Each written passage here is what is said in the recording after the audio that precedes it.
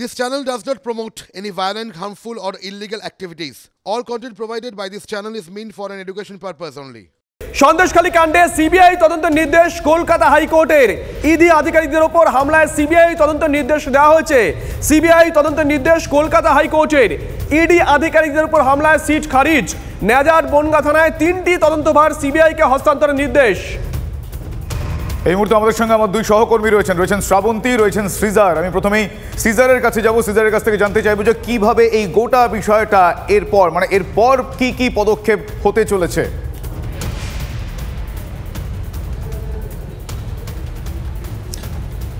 দেখো, গোটা বিষয়টা কি পদক্ষেপ হতে চলেছে তার যদি সংক্ষিপ্তভাবে বলা যায় যে আমরা এখন পর্যন্ত আমি এই মুহূর্তে সিজিও কমপ্লেক্সে দাঁড়িয়ে রয়েছি। এই ধরনের মামলার তদন্ত সাধারণত করে থাকে সিবিআই স্পেশাল ক্রাইম ব্রাঞ্চ, যার দপ্তর হচ্ছে এই সিজিও কমপ্লেক্সে। সিবিআই আধিকারিকরাও এই গোটা ঘটনা আদালতের রায় তারা শুনেছেন, তারা অপেক্ষা করছেন আদালতের রায় হাতে পাওয়ার, এবং তারপরে তারা এফআইআর করবেন এবং আদালতের নির্দেশ মেনে তারা ভবানী ভবনে সিআইডির কাছে সেই আদালতের রায় মেনে শেখ শাহজাহানকে নিজেদের হেফাজতে নেবেন।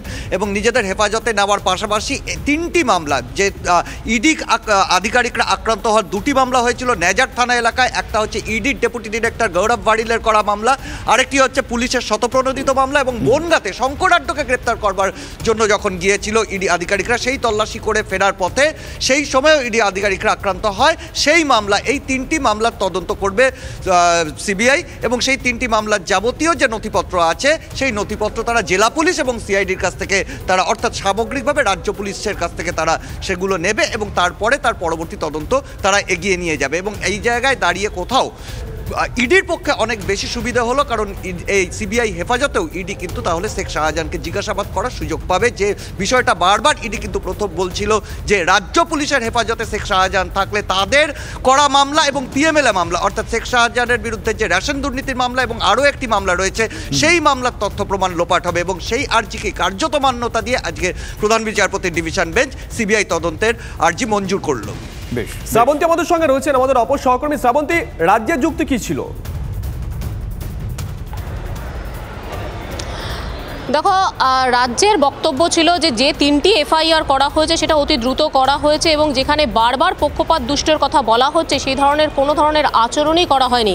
এমনকি খুনের চেষ্টার যে ধারা, সেটা গতকাল প্রধান বিচারপতি বলেন যে এতদিন পর্যন্ত খুনের চেষ্টার ধারা সেটা কেন লাগু করা হয়নি। রাজ্য ইতিমধ্যেই জানায় যে ইতিমধ্যেই সেই ধারা পর্যন্ত লাগু করা হয়েছে, অর্থাৎ কোথাও গিয়ে সিবিআইকে এই মামলা তদন্তভার দেওয়া যাবে না। আজ প্রধান বিচারপতি তার রায় স্পষ্ট করে জানিয়ে দিয়েছেন, শুধুমাত্র নথিপত্র নয়, 3টি এফআইআর যেখানে নেজার থানায় হয়েছিল সেই সবকটির দায়িত্ব আপাতত চলে যাচ্ছে সিবিআই এর হাতে। সিবিআই যাবতীয় তদন্ত করে দেখতে পারবে। সবচাইতে বড় কথা হচ্ছে শেখ শাহজাহান, তাকে তুলে দিতে হবে সিবিআই এর হাতে এবং যত দ্রুত সম্ভব এই কাজ করতে হবে। একটু আগেই যখন তোমার সঙ্গে কথা হচ্ছিল সে সময় বলছিলাম যে সম্ভবত এরপর ইডিকে যেতে হবে। তারা জানাবেন যে শেখ শাহজাহানকে তারা নিতে চান নিজেদের হেফাজতে, সেখানে তদন্তভার যাতে নষ্ট না হয়।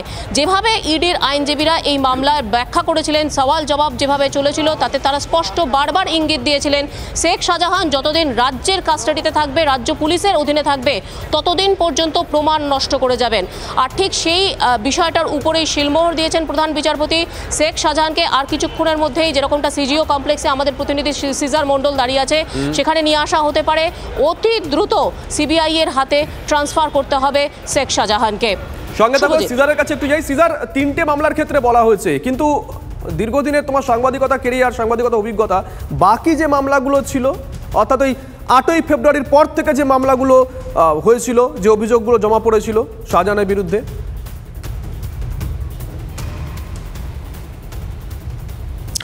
দেখো, সেগুলো ঘটনাক্রমে পরবর্তীতে আসবে কিনা সেটাও কিন্তু আদালতের রায়ের উপর নির্ভর করবে। কারণ আজকের যে রায় হয়েছে প্রধান বিচারপতির ডিভিশন বেঞ্চ, তারা কিন্তু খুব স্পষ্টভাবে এই 3টি মামলার কথা বলেছে যেখানে ইডি আধিকারিকরা আক্রান্ত হওয়ার ঘটনা, অর্থাৎ 5ই জানুয়ারির ঘটনা বনগাঁ এবং নেজার, এই দুটো জায়গার 3টি মামলার দায়িত্ব সিবিআই নেবে।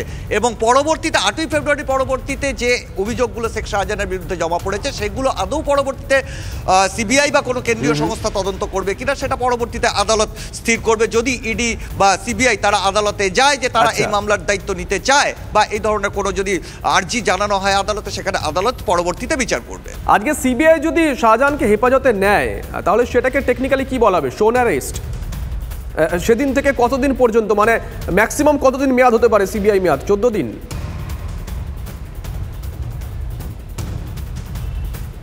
দেখো সিবিআই মেয়াদ, দেখো আদালত নির্দেশ দিলেও যেটা আইনজ্ঞরা বলছেন এবং সিবিআই আধিকারিকরাও বলছেন, শেখ শাহজাহানের প্রথম দফায় 10 দিন পুলিশ হেফাজতের নির্দেশ হয়েছে। সেই 10 দিন পুলিশ হেফাজতের নির্দেশ, মানে 10 দিনের মাথায় তাকে আদালতে পেশ করতে হবে, সেই নিম্ন আদালতে পেশ করতে হবে এবং সেই নিম্ন আদালতে পেশ করার পর হাইকোর্টের যে অর্ডার, সেই অর্ডার পেশ করতে হবে এবং সেই জায়গা থেকে তারা কিন্তু পরবর্তী যে পদক্ষেপ সেখানে আদালতকে জানিয়ে তারপরে সেখানে আদালত আরও 14 দিনের, অর্থাৎ একজন ব্যক্তিকে কোথাও গ্রেপ্তার করলে সাধারণত আইনে তাকে তার বিরুদ্ধে 14 দিনের বেশি পুলিশ হেফাজত হয় না ইউএপিএ ছাড়া। সেই জায়গায় দাঁড়িয়ে আদালত নতুন একটা তদন্ত সংস্থা তদন্তর ভার গ্রহণ করলো। 10 দিন শেখ শাহজাহান রাজ্য পুলিশের হেফাজতে থাকার পরে ফের 14 দিন দেয় না আরও বাকি 4 দিন দেয়, এই বিষয়গুলো সম্পূর্ণ অনেকটাই কিন্তু আইনি যুদ্ধর সামনে রয়েছে। সিবিআইয়ের সামনেও সেই আইনি যুদ্ধ রয়েছে, কারণ লোয়ার কোর্টে সেখানকার বিচারক বা সেখানকার ম্যাজিস্ট্রেটকে সেটা সন্তুষ্ট করতে হবে হাইকোর্টের অর্ডার কি রয়েছে। সেই হাইকোর্টের অর্ডার হাতে পাওয়ার আগে সিবিআই আধিকারিকরাও খুব নিশ্চিত নন তার পরবর্তী পদক্ষেপ এখনই কি হবে। বেশ, আমরা আরও একবার শ্রাবন্তীর কাছে যাব। শ্রাবন্তী, তাহলে এই মুহূর্তে আইনত যা পরিস্থিতির সৃষ্টি হলো, বা আমি ঘেরাটোপ শব্দটা খুব কনসিয়াসলি ব্যবহার করছি, তাহলে ম্যানিপুলেশন আর কমফোর্ট জোন এই দুটো বিষয় শেখ শাহজাহানের ক্ষেত্রে আর বোধহয় প্রযোজ্য থাকবে না, আর বোধহয় কার্যকর হবে না, কি মনে হয়?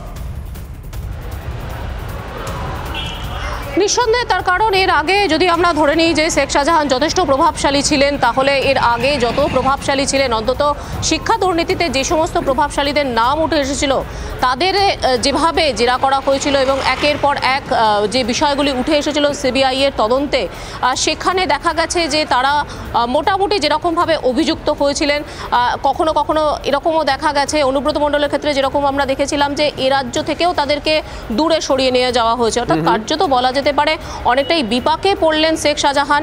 এবং এই তোমার কাছে এই মুহূর্তে আমরা যোগাযোগ করেছি, আমাদের সঙ্গে লাইভ রয়েছেন তৃণমূল মুখপাত্র অরূপ চক্রবর্তী। অরূপদা, দুই শুভজিৎ রয়েছে স্টুডিও, আমি শুভজিৎ মিত্র, আমার সঙ্গে শুভজিৎ দাস রয়েছে। অরূপদা, সরাসরি একটা প্রশ্ন করি, দলগতভাবে আপনারা কিংবা প্রশাসনের তরফ থেকেও বলা হয়েছিল এর আগে ইডি কেন অ্যারেস্ট করেনি শেখ শাহজাহানকে, আজকে সিবিআই যদি হেফাজতে নেয় তাহলে দল কি বলবে? আপনারা সন্তুষ্ট? না, আমরা প্রথম থেকে পরিষ্কার বলছি, এই রাজ্য সরকারের প্রশাসন তারা শেখ শাহজাহানকে গ্রেপ্তার করেছে, উত্তম সর্দার, শিবু হাজরা তাদেরকে গ্রেপ্তার করেছে রাজ্য প্রশাসনের পুলিশ। আমরা খুব পরিষ্কার করে বলছি, রাজ্য প্রশাসন যে কাজ করেছে সেন্ট্রাল এজেন্সি সেই কাজ করতে ব্যর্থ হয়েছে। দ্বিতীয়ত, আপনাদের মনে থাকবে বকটুয়ের ক্ষেত্রেও লালন শেখকে গ্রেপ্তার করেছিল রাজ্য সরকারের প্রশাসন, তাকে যখন সেন্ট্রাল এজেন্সির হাতে তুলে দেওয়া হয়েছিল লালন শেখের অস্বাভাবিক মৃত্যুর ঘটনা আমরা ভুলিনি। অর্থাৎ রাজ্য সরকারের পুলিশ তারা আইন মেনে আসামি যদি যার বিরুদ্ধে অভিযোগ তাকে গ্রেপ্তার করবে, অথচ দেখা যাবে তাকে সেন্ট্রাল এজেন্সি কাস্টাডিতে রেখে তার সুরক্ষা নিশ্চিত করতে পারবে না বা সেক্ষেত্রে তদন্ত এগোবে না। আমরা খুব পরিষ্কারভাবে বলছি যে রাজ্য সরকার চায় সন্দেশখালীতে যদি আনারুলকে গ্রেপ্তার করেছিল রাজ্য পুলিশ, লালন শেখকে সম্ভবত সিবিআই, জানি না, তথ্য আমিও তথ্যগত ভুল হতে পারি, কিন্তু যেটুকু মনে হচ্ছে আনারুলকে রাজ্য পুলিশ,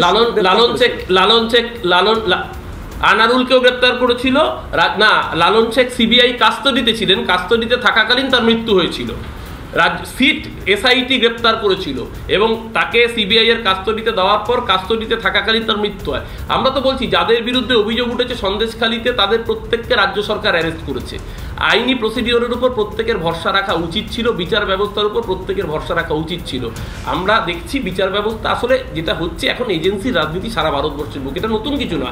সিবিআই, ইডি আজকে যারা রবীন্দ্রনাথের নোবেল 21 বছর হয়ে গেছে তারা আবিষ্কার করতে খুঁজে বের করতে পারে না, সেই অপদার্থ যাদের সাকসেস রেট 0.06%, তারা এসে বড় বড় জ্ঞানের বাণী দেবে।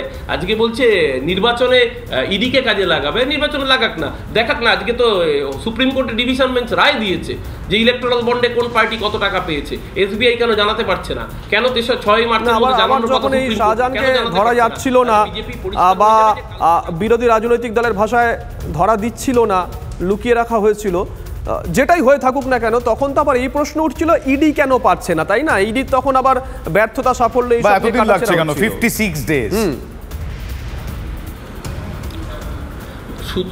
শুধু তাই নয়, দেখুন একটা জিনিস, 5ই জানুয়ারি যখন ঘটনা ঘটলো, 5ই জানুয়ারি ঘটনা ঘটার পর যখন মহামান্য উচ্চ আদালত বলল যে একটা সিট গঠন করতে, তাতে ইডির অফিসার থাকবে, রাজ্য সরকারের অফিসারও থাকবে। রাজ্য সরকার সদিচ্ছা দিয়ে অফিসারের নাম দিয়ে দিয়েছিল, কিন্তু ইডি তার অফিসারের নাম জানায়নি। ইডি তার অফিসারের নাম না জানিয়ে বলেছিল আমরা রাজ্য সরকারের সাথে তদন্ত করব না। বেশ ভালো কথা, তদন্ত না করলো, তাহলে তারা নিজেরা কেন উচ্চ আদালতে অ্যাপিল করে বললো না যে তাদের হাতে সেই দায়িত্ব দিয়ে দেওয়া হোক? সেই দায়িত্ব তো দেয়নি।